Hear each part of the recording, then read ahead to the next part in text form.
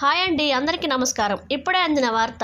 మాజీ మంత్రి కన్నుమూత, రాజకీయాల్లో విషాదం అంటూ అప్డేట్ రావటం జరిగింది. ఇక ఎవరు ఏంది అనే సమాచారాన్ని పూర్తి వీడియోలో తెలుసుకుందాం. వీడియోకి లైక్ చేయండి, సబ్స్క్రైబ్ చేసుకోండి.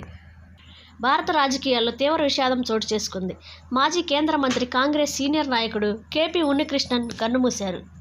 గత కొంతకాలంగా వయోభారంతో కూడిన అనారోగ్య సమస్యలతో బాధపడుతున్న ఆయన కోజికోడ్లోని ఓ ప్రైవేట్ ఆసుపత్రిలో చికిత్స పొందుతూ ఇవాళ ఉదయం తుదిశ్వాస విడిచారు. ఆయనకు భార్య అమృత, 2 కుమార్తెలు ఉన్నారు. కేరళ రాజకీయ చరిత్రలో ఒకే లోక్సభ నియోజకవర్గం నుంచి వరుసగా అత్యధిక కాలం ప్రాతినిధ్యం వహించిన నాయకుడిగా ఉన్నికృష్ణన్ గుర్తింపు పొందారు. జర్నలిస్టుగా జీవితాన్ని ప్రారంభించిన ఉన్నికృష్ణన్ రాజకీయాల్లో ప్రవేశించి తనకంటూ ఒక ప్రత్యేక గుర్తింపును సంపాదించుకున్నారు. 1971లో తొలిసారిగా కాంగ్రెస్ అభ్యర్థిగా వడకర్ నుంచి పార్లమెంట్లో అడుగుపెట్టిన ఆయన ఆ తర్వాత 1977, 1980, 1984, 1989, 1991 ఎన్నికల్లో వరుస విజయాలను సాధించారు.